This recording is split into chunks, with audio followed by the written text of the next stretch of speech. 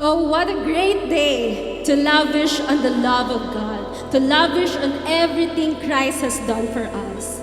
Because of His grace, we are saved, we are healed, we are prospered, we are delivered, we are victorious. Because of His grace, we are Charito. So all together, let us sing hallelujah for all Christ has done for us. Hallelujah!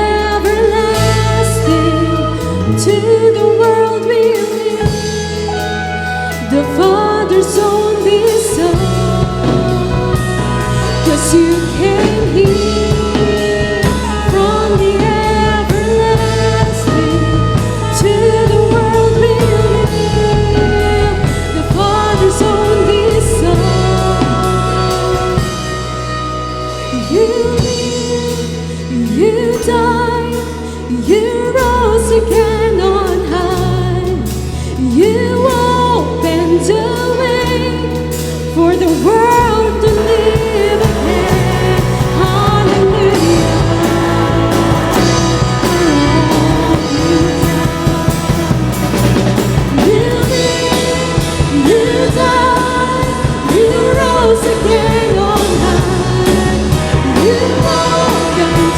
away.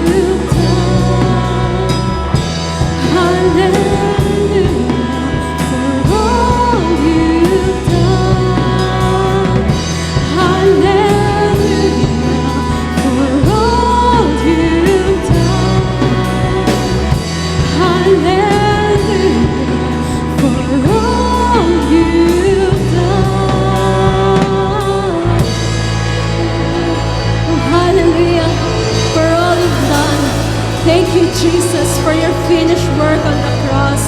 We are so grateful and so thankful for the cross. Because of your cross, we see your grace. Thank you, Jesus. You were pierced for our transgression. You were crushed for our iniquities. The punishment that brought us peace was on you, Jesus. And by your stripes, by your wounds, we are healed. Thank you, Jesus. Thank you for your love, oh God. What a beautiful truth that we are living now under your grace. Thank you for your sacrifice. Thank you, Jesus. Oh, we love you. Oh, thank you, Lord. Oh, Jesus. To worship you, oh God.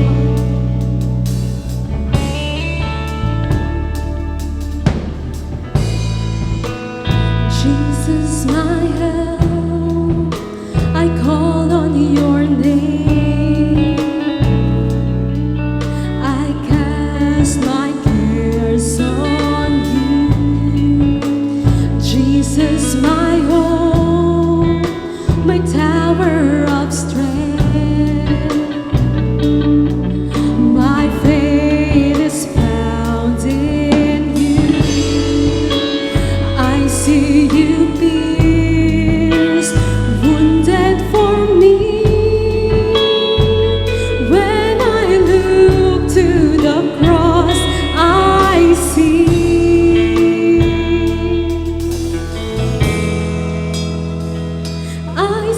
grace sealed by your sacrifice. I see love reaching for me. Precious blood washes and sanctifies. Healing flows, setting me free. I see grace.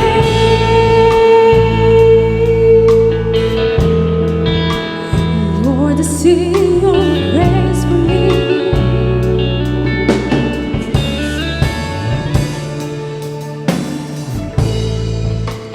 Bearer of sin, afflicted and tried, you paid redemption's price. Bearing my curse, you've set me on high.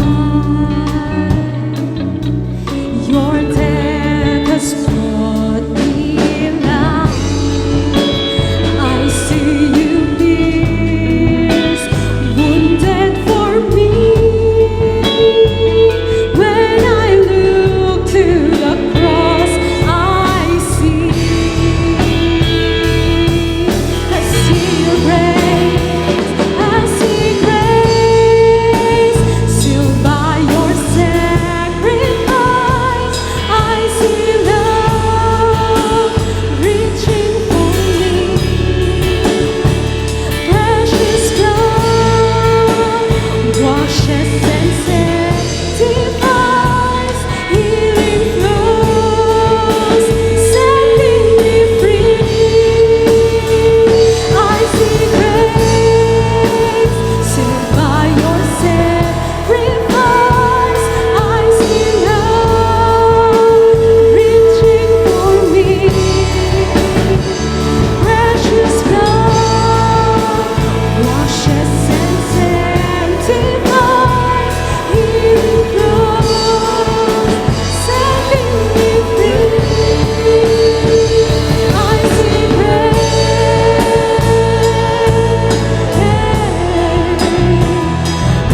Lord, I see your grace.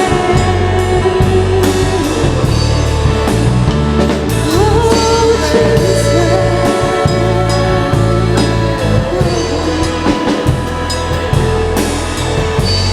Oh, Lord, see your grace for me.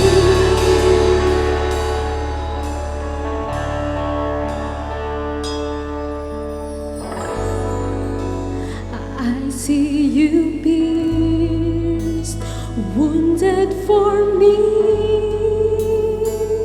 When I look to the cross, I see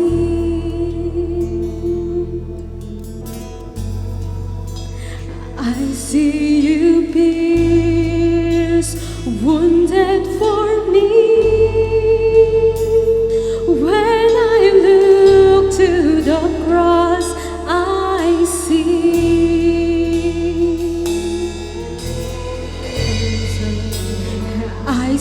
you pierced, wounded for me. When I look to the cross, I see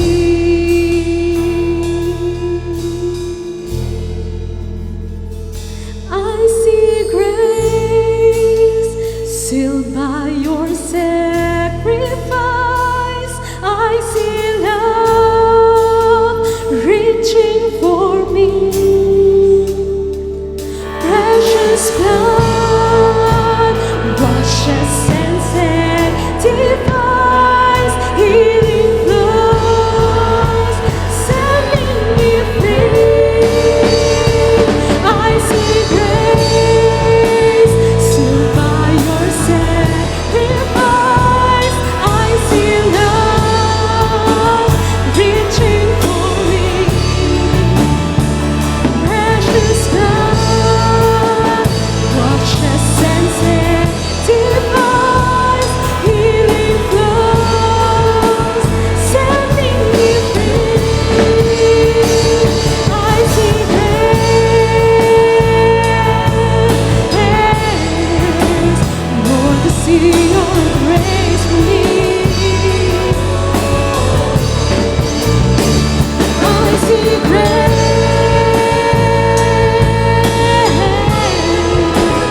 Lord, see your grace for me. Oh, Jesus, I see grace.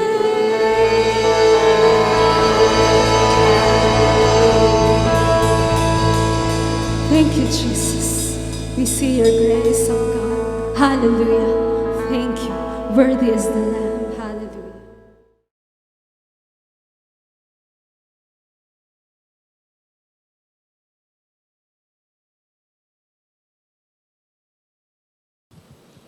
Praise the Lord. Let's give the Lord a clap of praise. Thank you, Jesus. Praise God. Well, how are you today? All is well. Pakibati naman ang katabi ng 2 thumbs up. You are Charito, blessed and highly favored of God. Do you believe that?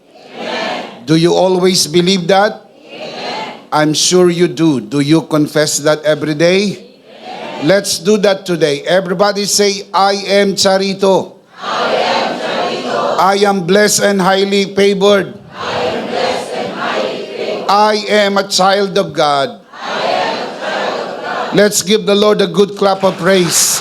Praise God.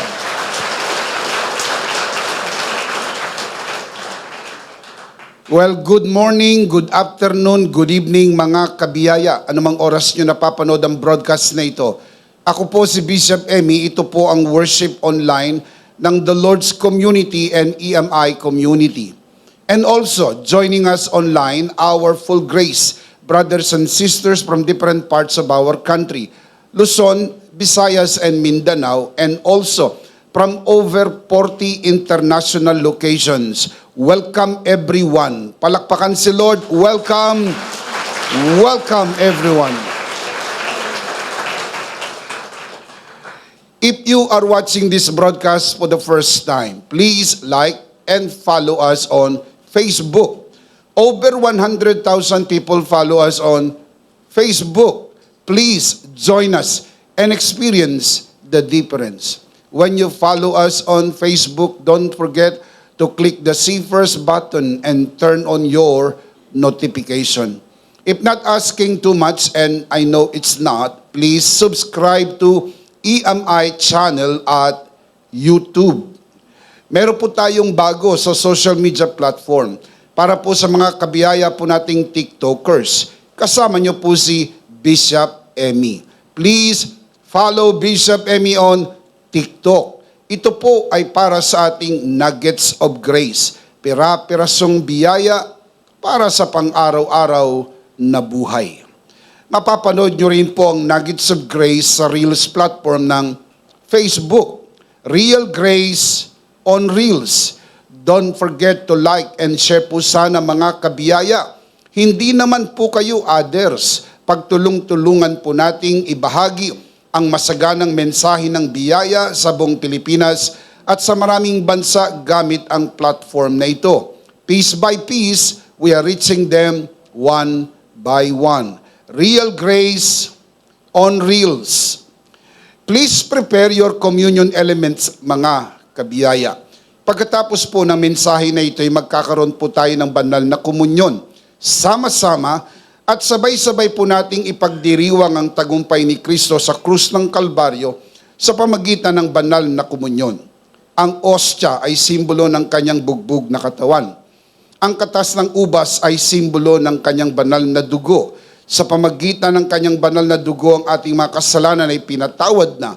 Sa pamagitan ng kanyang bugbog na katawan, ng ating mga sakit ay pinagaling na. If you are watching this broadcast and you are sick in your body, let me encourage you. Today is your healing day. Can we say that together? Today is your healing day. One more time. We believe that with all of our hearts here at EMI. Today is your blessing day. Today is your miracle day. Today is your healing day. If you believe that, say amen. Amen. Let me also encourage you to worship the Lord with your offering. As it is written, honor the Lord with your wealth. Proverbs chapter 3, verse 9. At the latter part of this broadcast, we will let you know how you can easily give your offering. You may want to send us digital stars as you support this ministry and our vision of reaching our nation and beyond with the message of full grace. Palagi ko pong sinasabi ito sa inyo mga kabiyaya tuwing linggo. At sana, hindi po kayo napapagod ito marinig dahil kung ako naman ang tatanungin po ninyo, hindi po ko napapagod palaging ipaalala ito sa inyo ng pagbibigay sa gawain ng Panginoon na hindi po pagbibigay ng kontribusyon, hindi po pagbibigay ng donasyon, hindi po pagbibigay ng ayuda, hindi rin po pagbibigay ng limos, at idagdag ko na rin, hindi po pagbibigay ng tip sa batang nagpapaatras ng iyong mamahaling sasakyan. Ang pagbibigay sa gawain ng Panginoon ay isang pagsamba. Genesis 22 tells us that giving is worship unto the Lord. That is why we ask you to worship the Lord with your offering. Because the truth is, you are not just watching a broadcast, you are worshiping the Lord with us, and giving is an integral part of your worship. The Apostle Paul writes, each man should give what he has decided in his heart to give, not reluctantly or under compulsion, for God loves a cheerful giver. 2 Corinthians 9:7. Palaging tandaan mga kabiyaya, walang maliit na halaga na hindi makakatulong. Lahat ng halaga, maliit man o malaki, ay mahalaga at makakatulong. Ang pagbibigay sa gawain ng Panginoon ay dapat bukal sa puso, kusang loob, at hindi napipilitan. Just to say this from our hearts here at EMI, thank you for giving to the Lord. Thank you for joining us via online. Thank you for watching. Thank you also for inviting your friends and sharing this grace-filled and life-changing broadcast. Much, much appreciated. Before we dive into the pool of spiritual learning today, just to let you know, if you are near our worship center here at the very entrance of NLEX, Valenzuela exit, Paso de Blas, Valenzuela City, we would like to invite you to come and worship the Lord with us in one of our 4 services here at EMI, 6 a.m., 8 a.m., 10 a.m., and 3 p.m. Come, join us, and experience the difference. Thank you so much for joining us today via online. Maraming salamat din po sa lahat ng mga kabiyayang naparito sa loob ng bulwagang ito sa oras na ito para sama-sama nating sambahin ang Panginoon sa Espiritu at katotohanan. Palakpakan natin ng malakas ang Panginoon.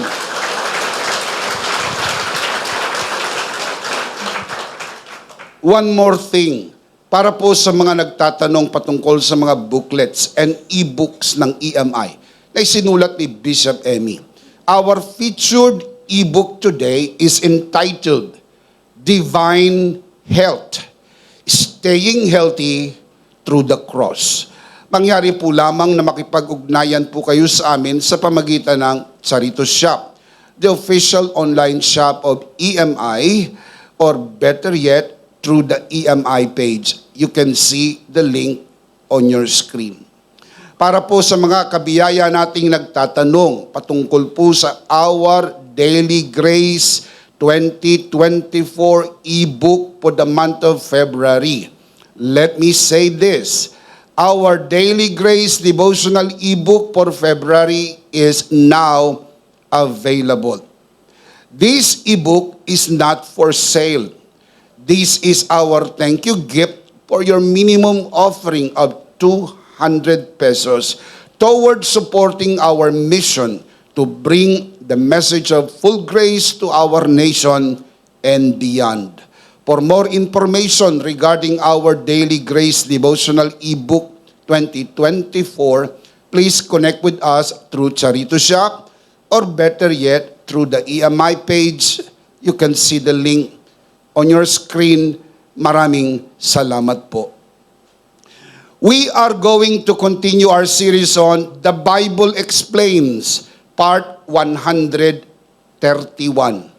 Today, we're going to continue our discussion about the secret of staying healthy, Part 2.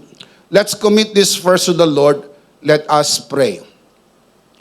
Our dearest Father in heaven, we are so very thankful for how you have guided us today.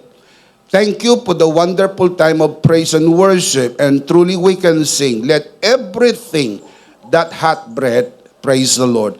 Laging yan ang kasiyahan ng aming puso, na ikaw ay papurihan, dakilain, itaas sa mga pagtitipong tulad po nito. Maraming salamat sapagat narito kayo sa aming kalagitnaan.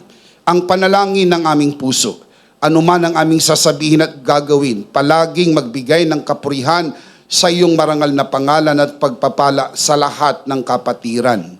We commit to you this learning time as we always do, and even as we always pray. Everything that will be said and done only for your glory and for the blessing of everyone. In Jesus' name we pray, and everybody would just simply say, Amen. Palakpakan natin ang Panginoon.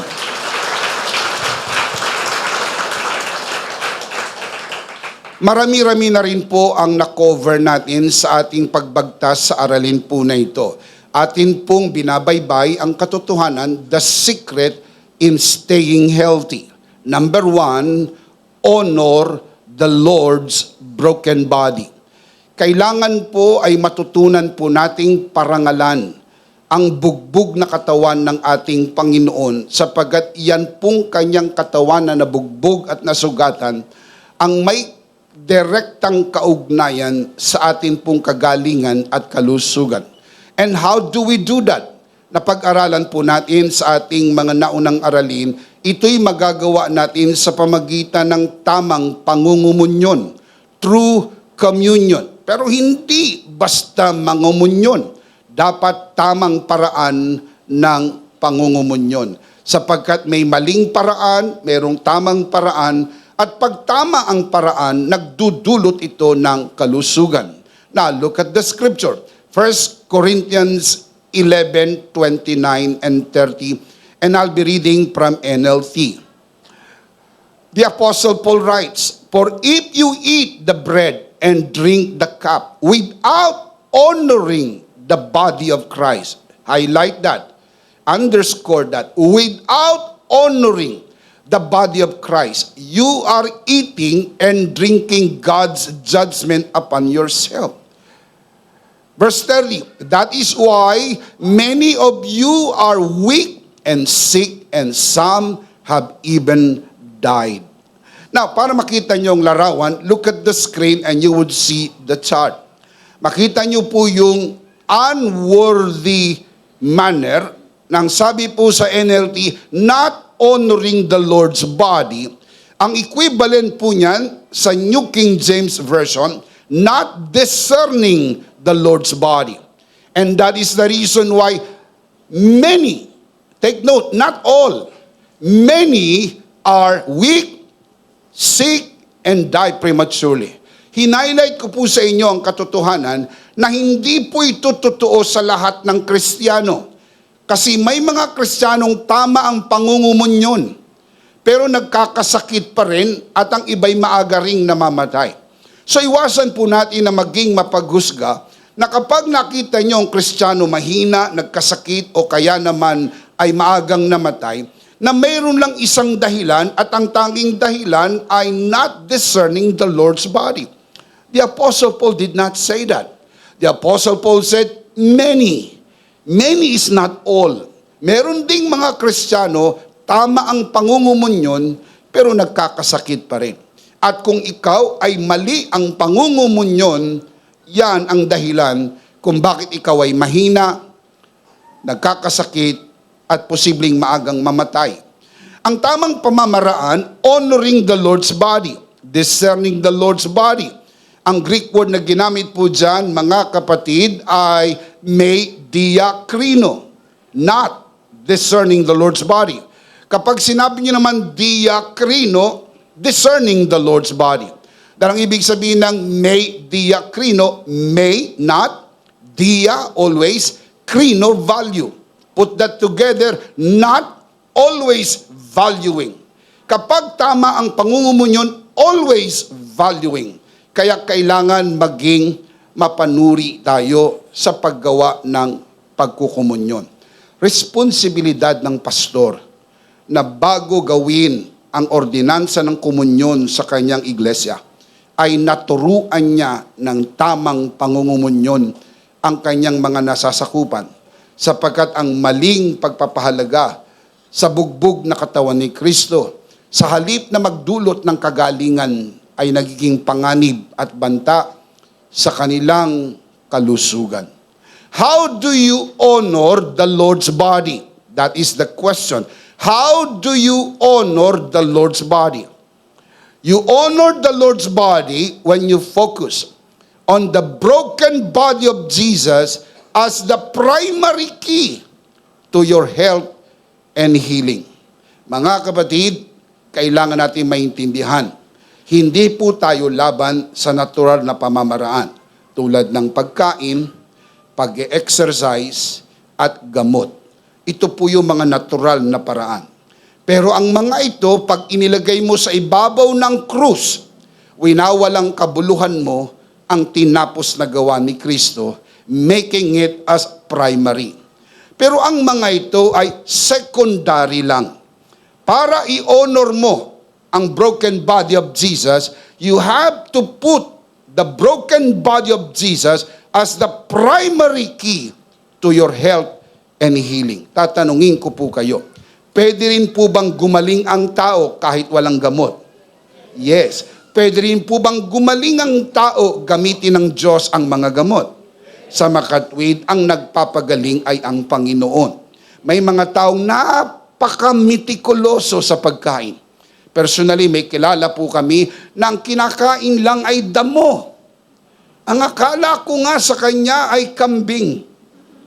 Dahil siya po yung gulay lang ang kinakain.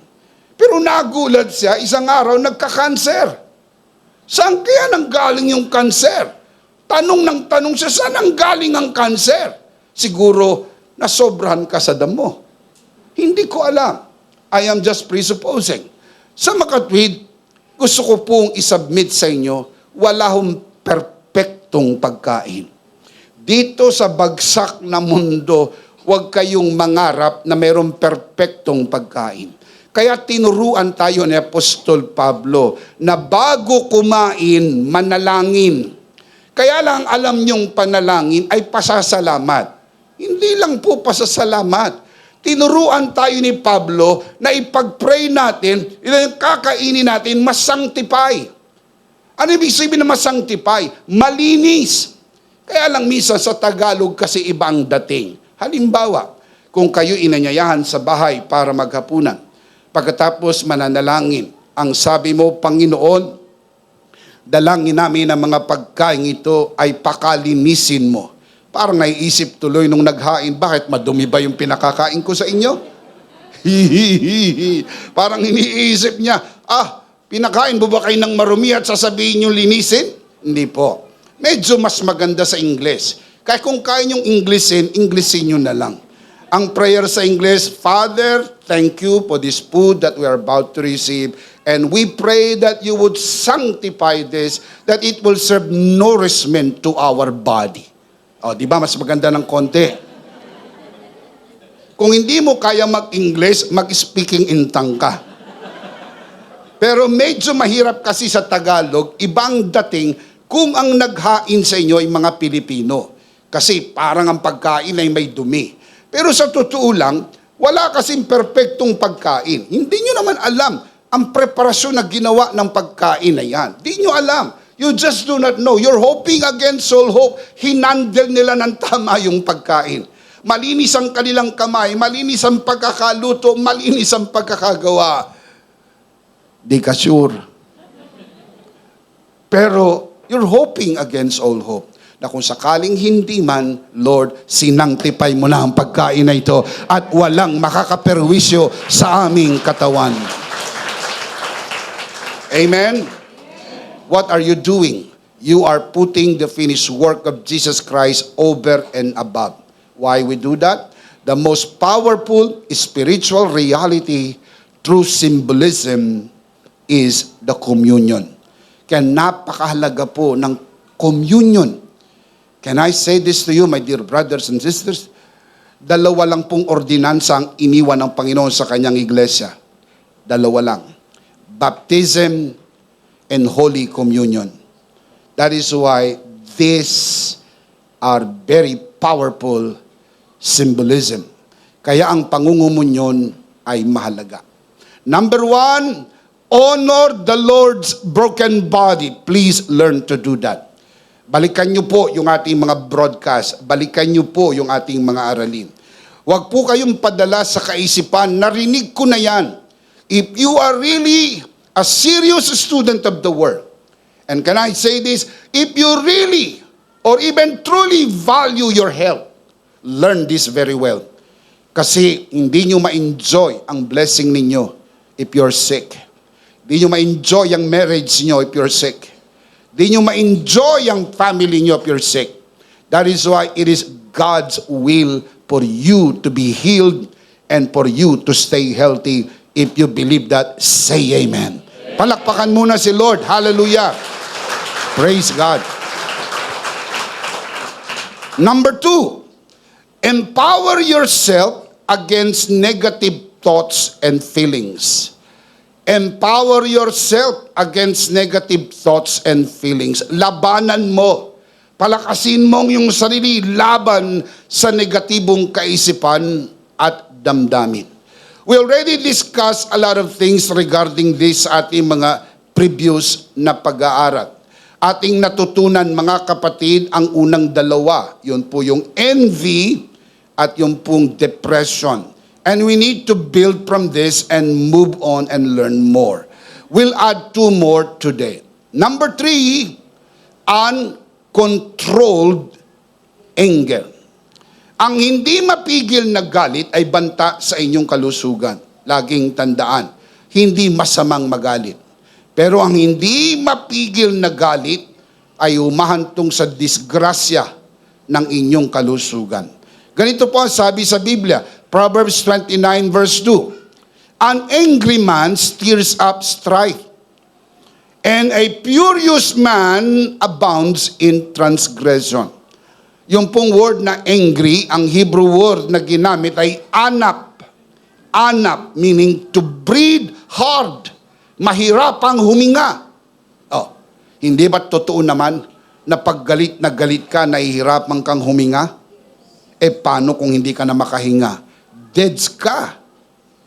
Can you imagine sa isang galit na hindi mapigil? Kung hindi ka madisgrasya at mamatay, ma-stroke ka. Sayang naman ang buhay. Sayang naman ang pamilya. Sayang dahil sa galit na hindi mapigil. Pwede naman. Possible. Kaya naman.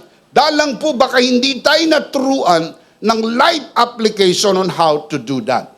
Now look at James chapter 3 verse 16. James writes, "For where envying and strife," binanggit din kanina, doon sa binasa po natin sa Proverbs yung word na strife. "For where envying and strife," of course, yung tinutukoy na strife dyan ay caused by anger. Where envying and strife is, there is confusion. What's the next line? "And every evil work." Ang gawa ng kaaway ay nagtatraffic kung saan meron siyang opportunity.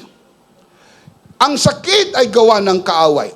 Doon po siya nakakagawa kung may pagkakataon gumawa. Saan yon? Sa panahong merong strife, merong panahong hindi mapigil na galit. Anger management is a big subject. Promise, it is a big, big subject. Sa Amerika po, mga kapatid, isang paraan, meron din silang mga kurso on how to manage your anger.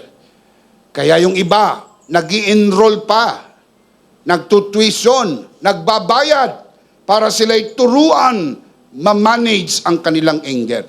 Hindi ho masama ang magalit. Hindi mo pwedeng sabihin, "Promise, hindi na ako magagalit." Alam mong hindi yan darating.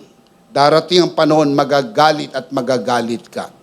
Pero hindi masama ang magalit. In fact, I can show you a verse from the Bible, pinapayagan tayong magalit at ini-encourage tayong magalit pero huwag magkasala. Now look at the verse. Ephesians chapter 4, 26 to 27. Tignan niyo ang construction ng sentence. Be angry. Nasa imperative form po yun. Pautos, Tagalogin ko, magalit ka. O, di pwedeng magalit. Hindi ba inuutusan kang magalit? Magalit ka, pero huwag magkasala. Sa mga kapatid, pwedeng magalit na nagkakasala. At pwede ring magalit na hindi nagkakasala. Paano yon? Do not let the sun go down on your wrath. Ibig sabihin, wag mo nang patagalin yung galit. Kung galit ka ngayon, mamaya dapat hindi na. Ang problema, yung iba, galit na ngayon, hanggang bukas, galit pa.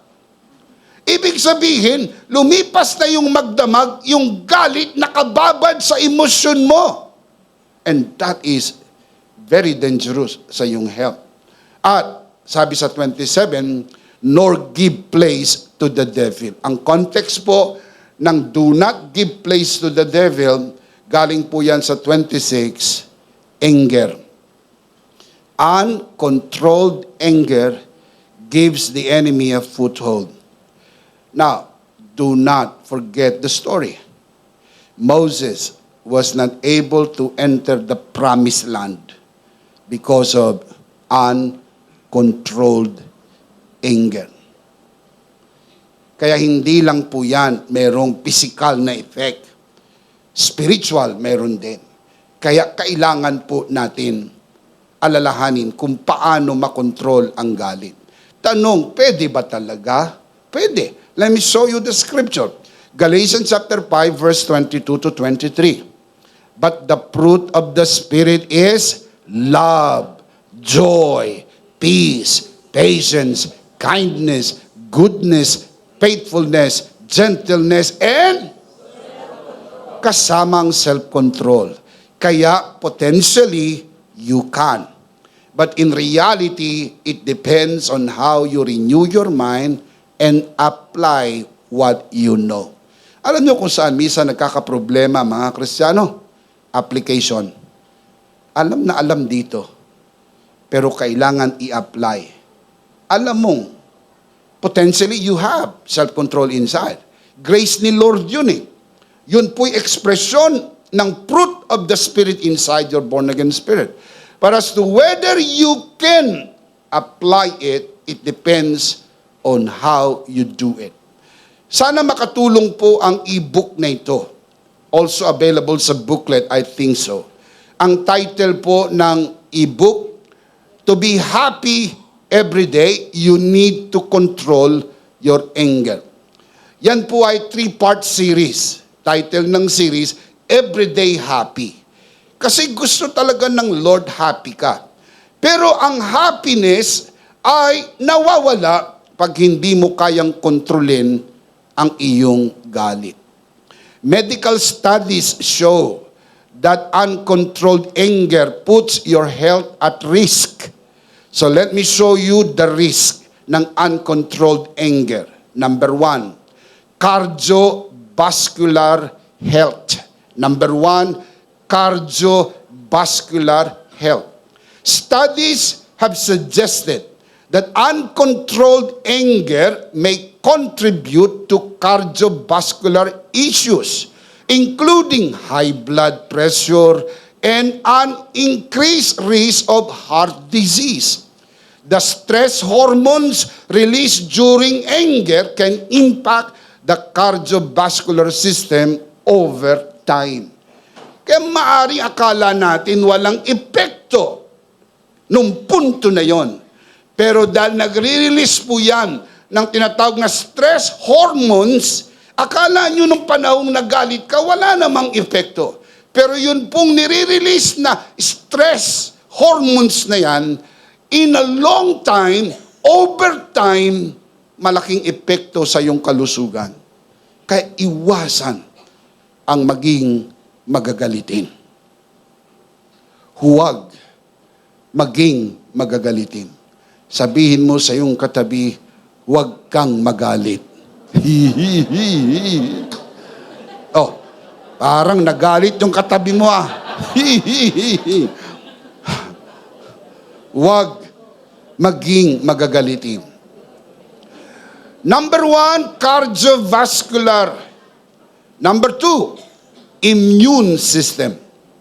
Uncontrolled and prolonged anger and stress can weaken the immune system, making individuals more susceptible to illnesses and infections. Ang tindi ng pag-aaral po na yan. Akala natin wala lang, pero meron. Nakaka-apekto yan sa inyong immune system. Lalo na yung mayat-maya galit. Laging nakasinghal. Umuusok ang ilong. Umuusok ang tenga. Galit lagi. Laging nakasigaw. Marami namang pera. Naintindihan ko sana kung wala ka masyadong pera. Pero marami ka naman pero parang galit ka palagi. Hindi yan maganda sa iyong kalusugan. Number 3, mental health. Uncontrolled anger can lead to anxiety and depression and other mental illnesses. Kaya nagkakaroon ng diferensya sa utak ang mga magagalitin. Kaya napansin nyo, walang kabagay-bagay. Walang kabagay-bagay. Galit. Mayroon na. Epekto sa isip. Kaya iwasan ang maging magagalitin. Number 4, digestive system. Uncontrolled anger can lead to digestive problems and other gastrointestinal issues. Dahil po sa magagalitin ka, may epekto yan sa iyo pong digestive system. Hindi ka matunawan. O kaya, madalas kang kinakabag. Totoo yan. Lumalabas sa pag-aaral, nagkakaroon ng hindi magandang epekto sa digestive system mo sapagkat nagiging magagalitin ka. Kaya ulitin mo sa iyong katabi, huwag ka nang magalit.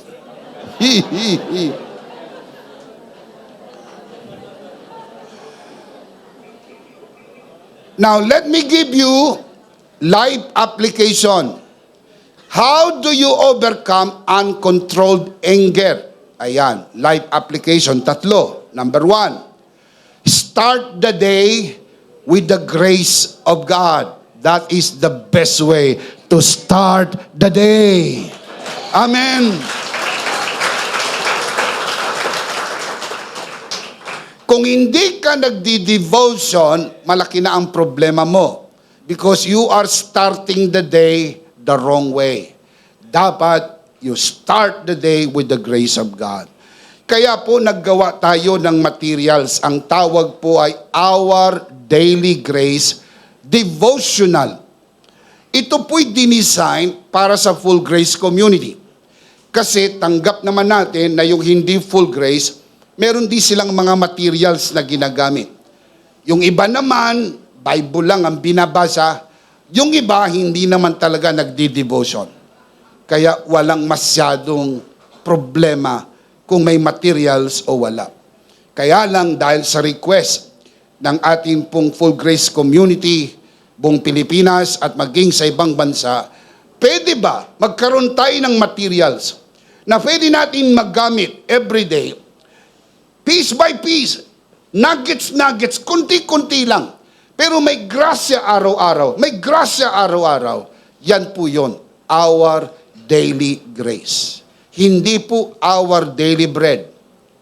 Our daily grace.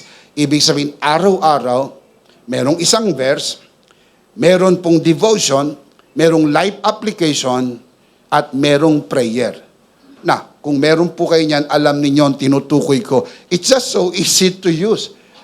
In 5 minutes or less than 5 minutes, you can just do the devotion. And at least you start the day with the grace of God. Maganda ang simula. Number 2, release the grace of self-control that is available in your spirit. Pag born again ka, meron kang Holy Spirit. At dahil may Holy Spirit ka, the fruit of the Spirit is love. And one of the many manifestations of love is self-control. Kaya, potentially you can. Hindi naman pwedeng nasa iyo ang puno, wala ang bunga. At kapag nasa iyo ang bunga na wala ang puno, peke ang bunga. Kaya kung nasa iyo ang Holy Spirit, nasa iyo ba ang Holy Spirit? Sino sa pagtitipong ito ang sigurado nasa kanya ang Holy Spirit? Can I see some hands there? All right. Palakpakan natin ang Panginoon. Praise God. Kung nasa iyo ang Holy Spirit, nasa iyo ang fruit. Hindi po fruits. Fruit, singular. Pagka fruits, fruit salad. Maraming prutas. Hindi po marami. Isa lang ang prutas, pag-ibig. At lahat po ng mga nabanggit ay expression ng pag-ibig. Dahil kung may pag-ibig, merong self-control. Mahal mo ang iyong pamilya. Magpigil ka sa galit dahil maagang mabiyuda ang asawa mo. Maagang maulila ang mga anak mo. Mabuti kung magtuloy. Paano kung mabalda ka? At habang buhay kang aalagaan. Of course, they will do that because they love you. But you will make their lives very difficult. Dahil lang sa galit sa pusa.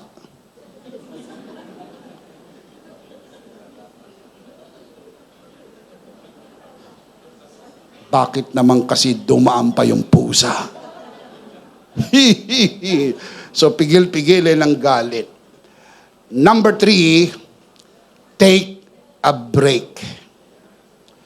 That is very important. Always remember, have a break, have a Kit Kat. Take a short break. Go for a walk. Or find a quiet place to cool down and collect your thoughts, physically distancing yourself from a heated situation. Kaya kita nyo kahit sa meeting, sa kumpanya, di ba pag masyado nang mainit, break! Di ba? Kahit sa korte, pag mainit na ang pagtatalo, break! Ganun din. Kailangan pag mag-asawa kayo, masyado nang mainit. Kanina lang nagkukwentuhan kayo. Ngayon, kwentahan na. Ano nangyari? Kaninang saya naman May pasmak-smak ka pa. Ngayon, sumisigaw ka na. Naglabas ka pa ng calculator. Ayan na. Kasi nagkwentahan na kayo. Ay pagka masyado ng mainit, kailangan ng break. Kailangan lang maghiwalay sandali. Hindi po napakatagal. Palamig lang ng kaunti. Kasi, baka makapagsalita ka ng salita na hindi mo na mabawi. O salitang masyadong malalim na uukit sa kanyang emosyon na matagal na kayong bati pero naalala niya pa rin kung paano yung binigkas mong salita. Sobrang galit mo. Nasabi mo sa asawa mo, pinagtsatsagaan lang kita. My goodness. Hindi na mabubura sa alaala niya yon. Na kaya lang pala siya napunta sa buhay mo, pinagtsagaan ka. Nang akala mo, patay na patay siya sa'yo. Hindi pala. Tsagang-tsaga lang siya sa'yo. Pero alam mo, you don't mean that. Nasabi mo lang yan. That's sa sobrang galit. Is it possible na sa sobrang galit nakakapagsalita ka lang ng salitang you do not mean? Parang sasabog Talagang naghahanap ka nung mabigkas pa. Lumuwag ang paghinga ko. Sarap. Nabanggit ko sa wakas ang hindi ko mabanggit napakatagal na panahon. You see? Pero naiwasan yon kung nag-break ng kaunti. Mahalaga po yon sapagkat yun po'y magsasalba hindi lang ng kalusugan mo, pati ng pamilya, pati marriage, pati friendship. Mga magkaibigan na nagkagalit. Kung hindi pa kayo handang mag-usap, huwag muna kayo mag-usap. Okay lang yan. Okay lang yan. Binlak ako, binlak! Mabuti nga, binlak ka. Hindi ka binigyan ng black eye. Pansamantala lang yan. Kasi baka hindi kayo masyadong nagkakaintindihan. Pero walang hindi kaya ng grasya ng ating Panginoon. Dakila ang grasya ng Panginoon. Basahin natin uli ang 3. Life application. Sit up straight. You can see this on your screen. Basahin natin ng malakas. Gusto ko po, tandaan natin, ito'y practical. Kailangan po ang mga katotohanan ng salita ng Diyos, ma-reduce natin sa minimum ng practical para kaya ipamuhay ng bawat isa. Let's do this. Ready? Number 1. Start the day with the grace of God. Number 2. Release the grace of self-control that is available in your spirit. Number 3. Take a break. Mahalaga po ipamuhay natin. Now, balik po tayo sa negative thoughts and feelings. Number 1, envy. Number 2, depression. Number 3, uncontrolled anger. Number 4, negative mindset. Yan pong walang laman ng kaisipan, kundi negatibo. Negatibo. Parang very pessimistic. Wala na siyang nakitang liwanag. Wala siyang nakitang magandang bagay. Puro negatibo. Mababasa niyo po sa Numbers chapter 13 hanggang chapter 14 ang record kung saan si Moses ay nagsabi sa kanyang mga kababayan sa utos ng Panginoon na pumili ng 12 espiya para manmanan ang buong Kadesh Barnea sa loob ng 40 araw. At sila'y babalik para magbigay ng ulat bago ang buong Israel ay pumasok sa lupang pangako. Pagkalipas ng 40 araw, bumalik ang 12 espiya. Ang 10 espiya ay nagbigay ng negatibong ulat.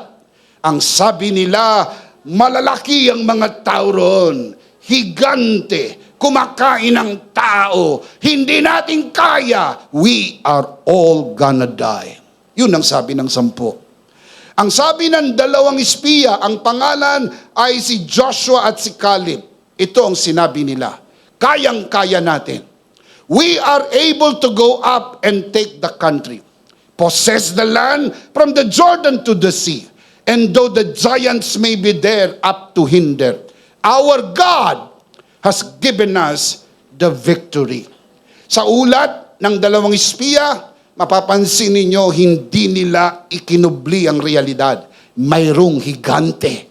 Though the giants may be there, nakita nila ang mga higante. Pero nakita nila, mas malaki ang kanilang Diyos kaysa higante ng kanilang buhay. Can you say amen? Amen. Mga kapatid, hindi ho ipinangako ng Diyos walang problema. Sa buhay na ito may problema. Ang walang problema ay nasa sementeryo. Ayaw nyo na ba ng problema? Habang pumapalag ka sa lupa na ito, may problema. Masaya ang pag-aasawa. Pero may problema rin ang pag-aasawa. Yung walang problema, fairy tale. Pero yung totoo, mayroong problema. Sa pamilya, meron. Sa trabaho, meron. Sa church, meron din. Kahit saan ka pumunta, mayroong problema. Walang bahagi sa mundo na walang problema. Pero sinabi ng Panginoon, hindi kita iiwanan, hindi kita pababayaan, sapat ang grasya ng Panginoon. Can you say amen? Amen. Anong sinabi ng Diyos patungkol sa pangyayari na ito? Numbers chapter 14 verse 28. So tell them, God spoke to Moses, so Moses would speak to the people of Israel. So tell them, sabi ni God kay Moses, as surely as I live, declares the Lord, I will do to you the very things I heard you say. Kaya yung mga nagsabi, we are all gonna die, read the whole story, all of them died. Kasama nung mga napaniwala nila. Kaya napakahalaga kung sasama ka doon sa mali. Dahil pag naniwala kang kasama ng mali, kasama kang mapapahamak ng maling paniniwala. Lagi pong nakararami ang mali. 10 ang mali. 2 lang ang tama. Si Joshua at si Caleb. At lahat ng sumama kay Joshua at kay Caleb, sila po ay nagkaroon ng pagkakataon ang kanilang lahi ay makapasok sa lupang pangako. Anong sinabi ng Diyos tungkol kay Joshua at kay Caleb? Numbers 14:30. Not one of you will enter the land I swore with uplifted hand to make your home. That is very sad. Except Caleb, son of Jephunneh, and Joshua, son of Nun. Alam niyo po ba na si Joshua ay anak ng madre?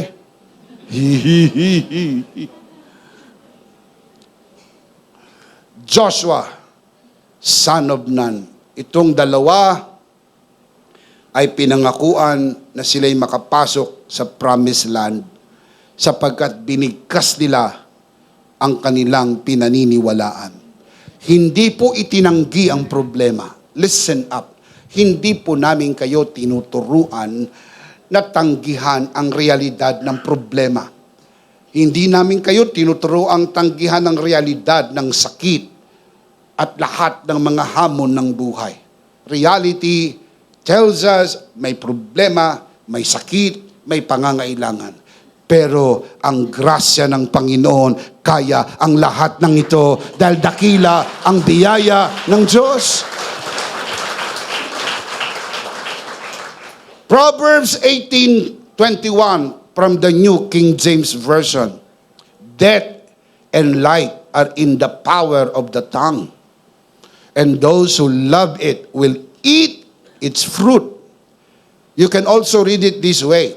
Sickness and health are in the power of the tongue, and those who love it will eat its fruit. Kaya maingat dapat ang binibigkas ng salita. Nakakita lang ng tigyawat, sabi niyo, wah, cancer na. Tigyawat lang, cancer na. Hindi ba pwedeng pigsa lang?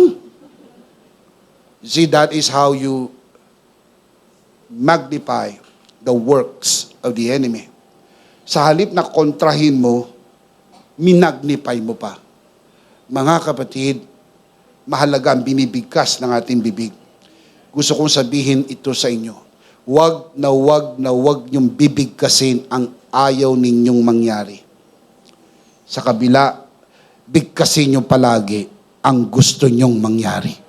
Dahil sinabi ng Panginoon, kung anong narinig kong sinabi niyo, siya kong gagawin sa inyo. Kung narinig ng Diyos ang binigkas natin, yun ang gagawin ng Diyos. Kaya napansin nyo, ang lagi natin binibigkas, ako'y malusog, malakas, masigla, pinagpala, pinaburan, at mabubuhay ng mahaba. Why? Because that is what we want God to do to us. Yan po bang gusto nyong gawin ng Diyos sa inyo? Amen. Bigkasin nyo. Lagi nyo sabihin na kayo'y malusog. Huwag yung nakaramdam lang kayo ng kaunti. Aroy! Yeah. Matanda na. Tignan mo sa salamin, 10 beses kang tumanda. Kasi habang binibigkas mo yan, lalong yan ang nangyayari. Alam nyo mga kapatid, si Caleb, 80 anyos ang lakas, pang 40. Hindi pa uso nun ang Viagra.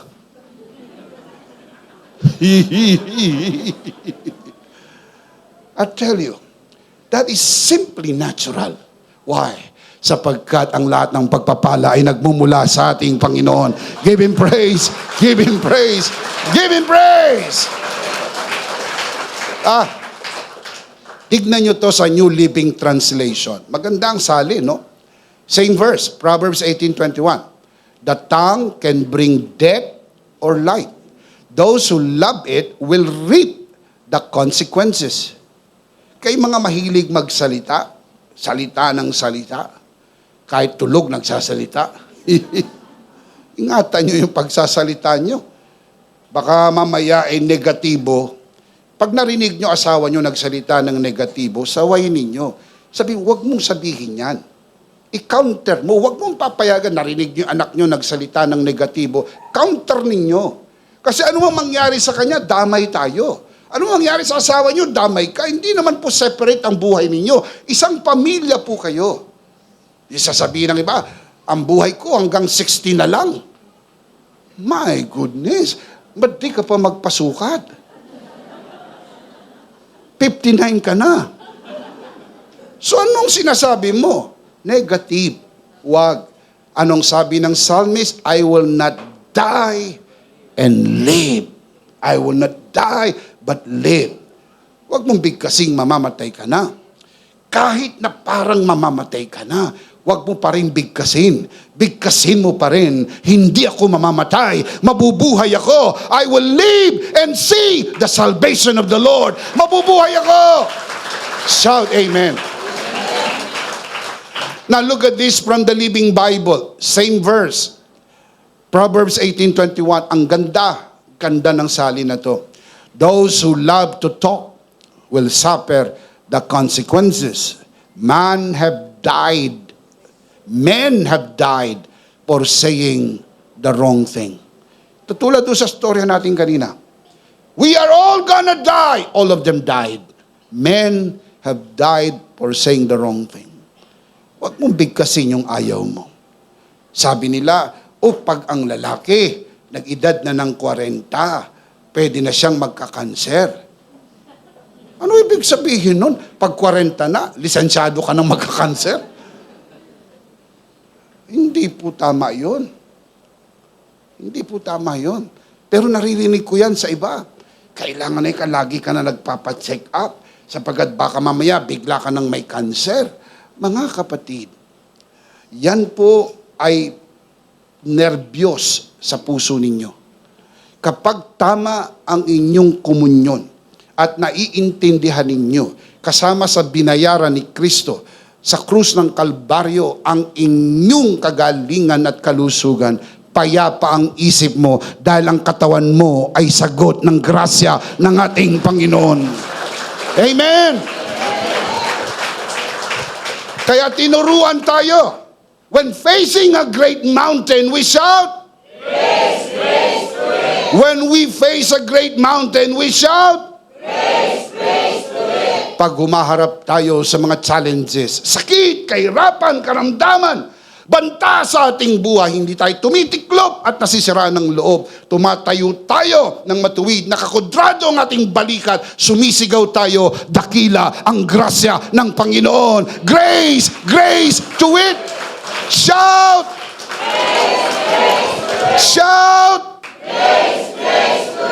That is what we do. When you face a great mountain, Zechariah 4:7, shout, grace, grace to it. 2 Corinthians chapter 10, verse 4-5, the Apostle Paul writes, "For the weapons of our warfare are not carnal, but mighty, through God to the pulling down of strongholds." Verse 5, casting down imaginations and every high thing that exalts itself against the knowledge of God. Now look at the next line. And bringing into captivity every thought. Huhulihin mo ang bawat kaisipan na nandito sa isip mo. Now look at the verse. Bringing into captivity every thought to the obedience of Christ. Huhulihin mo ang kaisipan na hindi umaayon sa kalooban ng Panginoon, ipapailalim mo sa pagsunod kay Kristo. Magandang sali ng King James. Tignan niyo ang sali ng NIV and mamaya i-compare natin ang difference. Look at this from NIV, 2 Corinthians 10:5. We demolish every argument. Let me read again. We demolish arguments and every pretension that set itself against the knowledge of God, and we take captive every thought to make it obedient to Christ. Sa Tagalog, ang salin sa NIV, hinuhuli ang bawat kaisipan at ipinapailalim kay Kristo. Iba doon sa King James. Hinuhuli ang bawat kaisipan at ipinapailalim sa pagsunod ni Kristo. Pagtabihin natin yung dalawa. Let's look at the comparative chart between the two. King James says, every thought to the obedience of Christ. Na very important po yung obedience of Christ. Huhulihin ang kaisipan, dun mo ipapasakop. Dun mo ipapailalim. Saan? Sa pagsunod ni Kristo. Kaya dapat ma-identify mo kung ano yung pagsunod ni Kristo, dun mo ilalagay yung kaisipang hindi tumutugma sa kalooban ng Diyos. Sabi ng NIV, hulihin ang bawat kaisipan at ipailalim mo o ipasunod mo kay Kristo.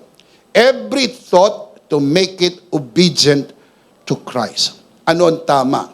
Tama po ang King James, sapagkat may tinutukoy sa Apostle Pablong the obedience of Christ. The question is, what is the obedience of Christ? Pinakita sa atin Apostle Pablo. Philippians chapter 2 verse 8. And being found in appearance as a man, he humbled himself and became obedient. And became obedient to death. What's the next line? Even death on a cross. So ang tanong, ano yung tinutukoy ni Paul? The obedience of Christ. The finished work. Kasi yung tinapos na gawa ni Kristo, ang larawan ng pagsunod ni Kristo. Kaya sabi ni Pablo, hulihin mo ang kaisipan at ipailalim mo sa kapangyarihan ng tinapos na gawa ni Kristo. And how could you do that if you do not know the finished work of Christ? How could you do that if you are not hearing a message about the finished work of Christ? That is why it's imperative to hear it again and again and again. There is only one message, and the Apostle Paul calls it the message of the cross. That we capture every thought, hulihin natin. Parang magkakasakit ako hulihin mo yon. Kasi maling kaisipan yon. Hulihin mo yun at ipailalim mo sa tinapos na gawa ni Kristo at sabihin mo, hindi ako magkakasakit dahil sa sugat ni Jesus, pinagaling na ako. Pinagaling na ako. Amen? Parang malulugi ako Parang malulugi ako. Hulihin mo sa pangalan ni Jesus. Hinuhuli kita kaisipan na parang malulugi. Ipapailalim kita sa tinapos na gawa ni Kristo. Hindi ako malulugi dahil kay Kristo pinagpala ako, pinaburan at sinagot ni Kristo ang aking kalugihan sa krus para sa akin. Now what do? You always highlight the finished work of Christ.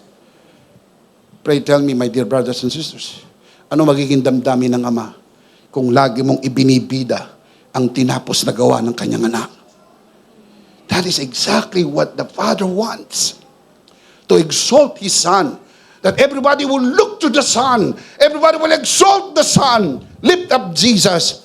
Dahil walang ibang bida kundi si Jesus lang. Walang ibang bida kundi si Jesus at ang kanyang tinapos na gawa.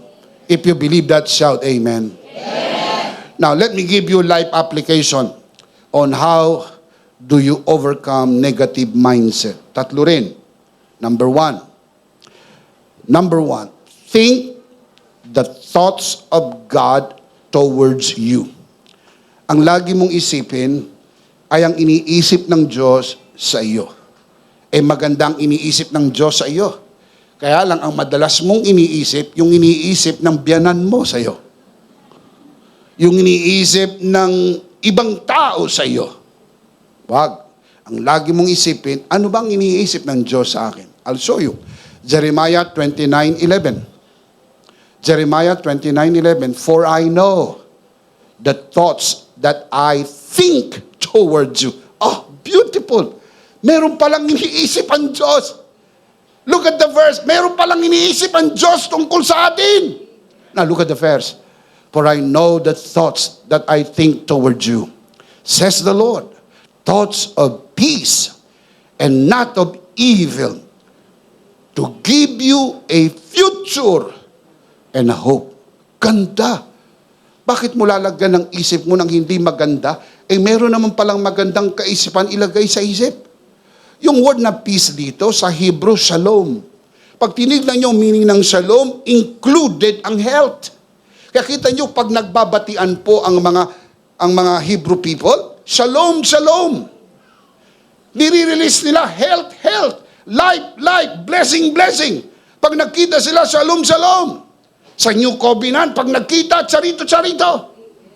Ano ibig sabihin? Blessing, blessing. Favor, favor. Health, health. Sapagkat pagka sinabi mo, charito, nire-release mo ang tinapos na gawa ni Kristo. Pinagpala ka na, pinaburan ka na. Ikaw ay malakas, malusog at masigla. Kaya ang mga Hudyo, pag nagbatian, shalom. And that's good. Dahil hindi naman tayo Hebreo, Hentil tayo, ang ginagamit natin ay Greek, charito. Ang charito, ganun din ang meaning. Pag tinignan nyo, nagkaroon ng comparative study, pares ang meaning niyan. Kasi ang ibig sabihin po niyan ay hindi lang po greetings, kundi blessing. You are releasing the blessing. Kaya nyo, pag pasok nila sa bahay, shalom. Nire-release nila sa bahay yung pagpapala. Dapat ganun din tayo. Pagka ang ating mga anak papasok sa eskwela, i-release mo, charito anak. You're blessed and highly favored. Kapag asawa nyo pupunta sa trabaho, pupunta sa negosyo, charito, blessed and highly favored. Ilagay sa isip, hindi ka pagpapalain, pinagpala ka na ng Panginoon. Pinaburan ka na ng Panginoon. Number 2, rebuke negative thoughts and replace them with positive ones. Pag nirebuke mo, tapos hindi ka naman nagpalit ng positive thought, babalik lang yung negative thoughts. Kasi kailangan ma-replace. Kailangan, kung sakaling gustong bumalik ng negative thoughts, wala nang space. Kasi na-occupy na ng positive thoughts. Kaya do not just rebuke. Also, replace with positive ones. Philippians chapter 4, verse 8. Finally, brothers, whatever is true, whatever is noble, whatever is right, whatever is pure, whatever is lovely, whatever is admirable, if anything is excellent and praiseworthy. What's the next line? Think about such things. Anong nga iisipin? Magandang kaisipan? Magandang kaisipan. Huwag kang maglalagay sa kaisipan mo ng hindi maganda. Lason po yan sa iyong kalusugan. Never ever think negative thoughts. Lagi mong ilagay sa isip mo, hindi galit ang Diyos sa iyo. Mahal ka ng Diyos. Ang tawag sa iyo ng Diyos, agapitos, beloved. Ang pag-ibig niya ay hindi nagbabago. You did not earn His love. His love was freely given to us through the finished work of Jesus. Ganun tayo kamahal ng Diyos. Kaya kung parang nararamdaman mo walang nagmamahal sa'yo, hindi ka dapat malungkot. Laging may nagmamahal sa'yo, ang ating Panginoon. Mahal na mahal na mahal tayo ng Panginoon. Amen. Number 3, speak life more intentionally. At times, we speak life. Pero gaano kadalas yun? Kailangan more intentional. Talagang pagbukas pa lang ng araw, mag-speak ka na ng life. Kasi nilalatag mo na yung lalakaran mo sa araw na yun. Huwag mo simulan ng sama ng loob. Huwag mo simulan ng pagmumura. Huwag mo simulan ng paninira. Simulan mo agad ng grasya at ibigkas mo kung ano ang grasya ng Panginoon. Numbers chapter 14 verse 28. So tell them, as surely as I live, declares the Lord, I will do to you the very things I heard you say. Tatanungin ko po kayo, kung gagawin ng Diyos ang narinig niya na sinabi mo, makinig. Anong gusto mong iparinig sa Kanya? Napag-isipan niyo po ito. Kung gagawin ng Panginoon, tulad ng Kanyang ipinangako, gagawin ko sa iyo kung anong narinig kung sinabi mo. Anong gusto mong iparinig sa Kanya? Iparinig mo araw-araw. Kaya kung gumagamit po kayo ng Our Daily Grace, 3 linggo na, at matatapos na ang buwan na ito, siguro by this time, nahalata nyo na lahat ng prayer, ang ending ay, I speak life, blessing, and favor today. Why do we do that? Kasi gusto natin ang araw ay magsimula na binibigkas ko pagpapala, pabor, biyaya, tagumpay, magandang benta, pag-iingat, anuman ang gagawin ko sa araw na ito. Shout amen! Amen! That is what we do. That's why I told you, get your copy. Enjoy the grace of God every day. At dun sa prayer, last line lagi nandoon, I speak life, blessing, and favor today. In Jesus' name. Short prayer. Hindi kinakailangan ng mahabang panalangin. Hindi kailangan ng paulit-ulit na panalangin. Hindi kailangan ng mahabang teksto. Kapiranggot ng teksto. One-liner text. Only one verse. But you can just enjoy the grace of God. Every day. Piece by piece. Imagine, promise po natin, we will do this in every verse of the Bible. Inuuna lang natin ang epistles of Paul. Susunod natin yung kay John. Susunod natin yung kay Peter. Pag naubos na, isusunod natin ang Matthew, Mark, Luke, and John. Pag natapos na ang New Testament, umpisa tayo sa book of Genesis. Word of God. Verse by verse. Kasi naniniwala ako, walang verse sa Bible na hindi mo makikita ang grasya ng Panginoon dahil ang Diyos ay Diyos ng biyaya at ang kanyang salita ay punong-puno ng biyaya para sa pang-araw-araw nating pangangailangan. Let's see them again. Life application. How do you overcome negative thoughts? Basahin natin malakas. Ready?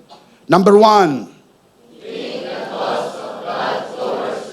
Number 2. Number 3. Very important to learn. If you want to stay healthy, empower yourself against negative thoughts and feelings. At 4 na negatibong kaisipan at damdamin ang ating nabaybay. Number 1, envy. Number 2, depression. Number 3, uncontrolled anger. And number 4, negative mindset. Now, let me give you the action points. Bishop, anong pagkakaiba ng action points sa life application? Life application can be very long journey of life. Pero pag sinabi yung action points, you can do it right now. Just right now. Basahin natin. Action points. Number 1, control your anger. Number 2, pag nagawa po natin yan sa araw na ito, gagawin natin uli bukas, masasanay tayo, madadaig natin ang galit, manadaig natin ang negatibong kaisipan. Palapit ng palapit tayo sa malusog na pangangatawan dahil yan ang kalooban ng Panginoon para sa atin.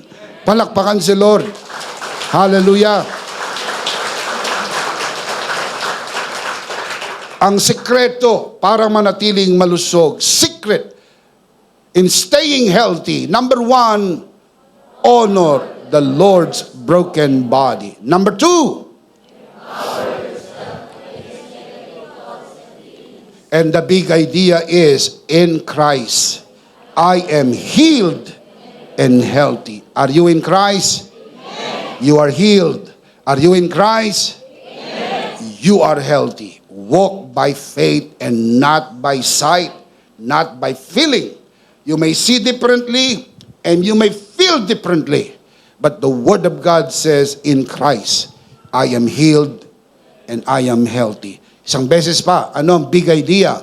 In Christ, I am healed and healthy. Of course, we do not want to end the broadcast without giving those who are watching this broadcast the opportunity to receive Jesus and be saved. Dahil pag naligtas ka, yan ang pinakadakilang milagro. At ang susunod na dakila, pagkatapos ng pinakadakilang milagro, ay pagalingin ka at manatiling malusog para ma-enjoy mo ang grasya ng Panginoon. If you want to receive Jesus today and be saved, manalangin tayo ng pagtanggap. Kayong nanonood sa broadcast. At maging sa lahat ng narito, sa loob ng bulwagang ito, hundreds of people are here in this sanctuary. Samahan natin ang atin po mga visitors sa broadcast. Taas natin ang ating dalawang kamay. If not asking too much, please do that. Raise your both hands. Manalangin tayo ng pagtanggap. Sumunod ka sa panalangin ito. Kung tinanggap mo na ang Panginoon, hihilingin ko, gawin mo yan alang-alang sa katabi mo o lalo na sa nanonood sa broadcast. Pero kung nagawa mo na ito minsan, you don't have to do it again and again to be saved because you're already saved. Pero kung gagawin mo to for the first time, pray this prayer from your heart. Ariin mong isang personal mong panalangin. Manalangin tayo.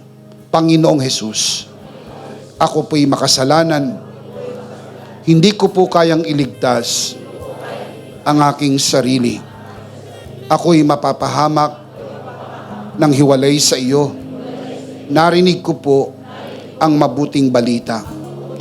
Ako po'y naniniwala. Tinatanggap kita sa aking puso bilang aking Panginoon at aking tagapagligtas. Salamat po, pinatawad mo na ang aking mga kasalanan. Isinulat mo na ang aking pangalan sa aklat ng buhay sa pangalan ni Jesus. Amen. Ako na lang pong mananalangin, Ama, sa oras na ito. Itinataas ko po sa iyong harapan ang sinumang sumunod sa panalangin sa unang pagkakataon. Sa loob ng bulwagang ito, lalo na sa mga nanonood sa broadcast, pinagkakatiwala po namin sila sa iyong kagandahang loob na sila'y lumago sa biyaya at sa bagong natagpuang pananampalataya sa pangalan ng Panginoong Hesus. Tayong lahat ay magsabi ng Amen. Palakpakan si Lord. Hallelujah. Kung sumunod ka sa panalangin ng pagtanggap, ang kausap ko po yung mga nanonood sa broadcast sa unang pagkakataon. Kami mula dito sa EMI ay nagpapasalamat sa buhay mo at nais naming batiin ang bawat isa sa inyo. Welcome to the family of God. Welcome. Palakpakan natin ang Panginoon. Welcome to the family of God. So very happy para sa inyong tumanggap sa Panginoon. Tayo po ay dumako sa ating banal na komunyon. Ito po yung practical application on valuing or honoring the broken body of Christ even as we do the Holy Communion. Kunin niyo po ang inyong communion elements and let's do this together.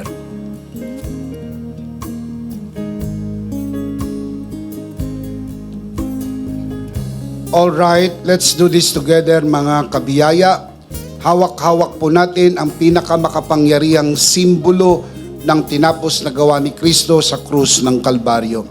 Ito ang aral na tinanggap ko sa Panginoon at ngayon naman ay binibigay ko sa inyo nang gabing siya'y pagkanuloy dumampot siya ng tinapay. Kanyang pinagpira-piraso at kanyang sinabi, ito ang aking katawan na pinagpira-piraso dahil sa inyo. Gawin niyo to bilang pag-alaala sa akin. Sabay-sabay po natin gawin.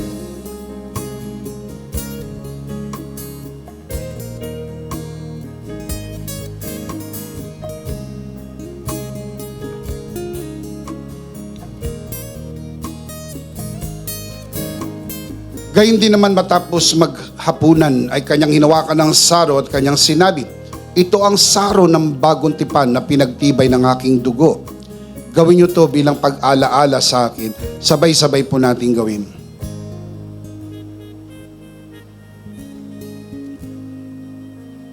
Atin po itaas ang ating dalawang kamay at sumunod po tayo sa panalangin ito ng malakas. Aming Ama, maraming salamat po sa aming Panginoong Hesukristo. Panginoong Hesukristo, maraming salamat po sa iyong banal na dugo na iyong itinigis sa krus ng Kalbaryo. Dahil po dito, lahat ng aming kasalanan ay iyon ang pinatawad. Maraming salamat po sa iyong katawan na nabugbog at nasugatan. Dahil po dito, lahat ng aming sakit ay iyon ang pinagaling. Gaya ng nasusulat sa iyong mga sugat, ako'y magaling na. Ako'y naniniwala, ako'y magaling na. Aking idinideklara, ako'y magaling na. Ako'y malusog, malakas, masigla, pinagpala, pinaburan, at mabubuhay ng mahaba. Sa pangalan ni Jesus, maraming salamat po, Banal na Espiritu, sa iyong kapahayagan sa mensahe ng biyaya. Sa pangalan ng Panginoong Jesus, Amen. Amen. Palakpakan si Lord. Hallelujah. Praise God. Isang beses pa, malakas, sabay-sabay. Ano po ang ating big idea? In Christ I am healed and healthy. Isang beses pa. In Christ I am healed and healthy. Are you in Christ? Amen. You are healed. Not only healed, but you are healthy. Palakpakan si Lord. Hallelujah. Thank you, Jesus. Last of all, let me speak to your heart. You who are watching this broadcast.